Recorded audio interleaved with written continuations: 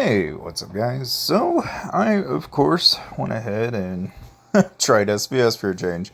Now, I will say that there are a couple of things in SPS that I thought were kind of worth mentioning, which is obviously, stack all your boosts. A common problem that people have is they'll actually go out and they'll start attacking players right out of the gate. But as you might imagine, even though, like, say this guy's level 26, you notice how it says not your target? Well, if it doesn't say your target, you're not getting any points for this. So if you do this, you're just being a jerk. But, of course, NFG had hit my alliance, so I thought, well, all right, I'm just going to go ahead and do a tit for tat. If you throw mud my way, I'll throw mud your way. Because, it's point blank, it's just do the damage you can. So, in any case, right, most of the time you look for targets like this one, where it says your target, and then you can get points for attacking them. So I went ahead and just, flung a normal march at them. And again, not aiming for anything like super effective here. We're just trying to weaken what's there. You're not trying to get too crazy, by any means, by no stretch of the imagination. Anybody south of 600% in infantry is a target to me. The biggest thing that you have to look for is when you're looking at who to attack, you obviously don't want to hit somebody that has like probably in excess of a couple million sitting in their fort. If they're like 400,000 or 500,000, it's not that big of a deal. But if they got like a mil, you're gonna be hitting a large block, and you're better off rallying. So I tend to look for solo targets, or if anything, you hit tiles more often than not than you are going to do anything else during SBS, if you're looking for points, that is.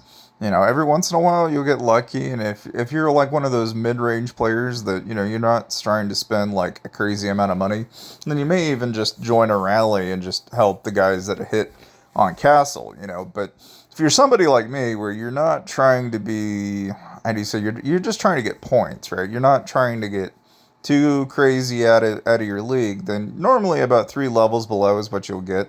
So, this is about what I expect to get from attacks. So, as long as I can consistently smack this guy, I'm getting about 40 to 50,000, or so kills, which, depending on their tier, which in this case, I believe they're, within reason, as I knock these out, what I noticed is that, I could expunge a tile, it goes back to his base, and then I can hit his base and get a bunch more kills.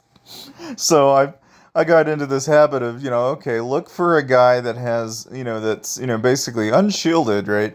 And has gatherers out. Hit his gathering tiles and then hit him for maximum carnage. That's ultimately the trick that, I was trying to go for here. Now, of course, when you're trying to develop any type of, like, and this is really true of like anything in Whiteout Survival, right? My 5 tips for you for this video is really going to be very like to the point, and it's not even crazy. All right? Like if you are starting out and you're wanting to know what late game looks like, this is what late game is like. Like everybody is going to have the capacity to completely murder you. So what you tend to do is you look for an hour of time that people are not online. I just happened to kick it off right before the beginning of Castle Battle. So people are just now starting to get on and getting ready for the battle, okay? The best window of time is to, and this is tip number 1. If you're going to go around hitting people, do not do it at the very beginning, and don't do it at the very beginning of Castle Battle. Try to find that window of time between there, because there is a little bit of time where, people are basically going to be asleep waiting for the castle to open, and they're not exactly expecting anybody. So there's a window of time where people may have not made a long enough shield. That is to say, there's about shy of like, 8 hours for most people on their hourly shields, that if you pay attention to this, you'll be able to take advantage of them while they're unexplicitly aware. My second tip is, if you're gonna do state versus state, the one thing that almost everybody should do, and this is, I think, a given, is if you don't plan to actually fight in it, make sure you shield the night before. Obviously, if you don't, you're going to get completely murdered the moment the event actually opens. That's just a given.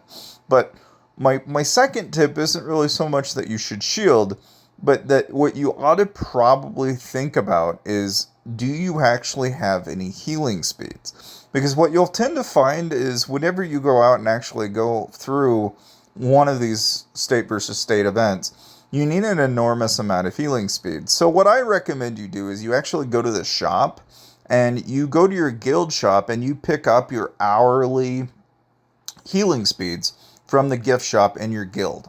If you do this and you do it consistently, I would recommend getting to about 1,000 or so, 15 minutes, or approximately like somewhere north of a few hundred hours before you actually go into state versus state doing something like this. Because if you don't, you're really looking at either having to spend money to get the healing speeds, or you're just going to accrue an enormous healing bill and you're going to have to heal through the speed healing method of just having people heal you. Now, like here, I lost 60k flat.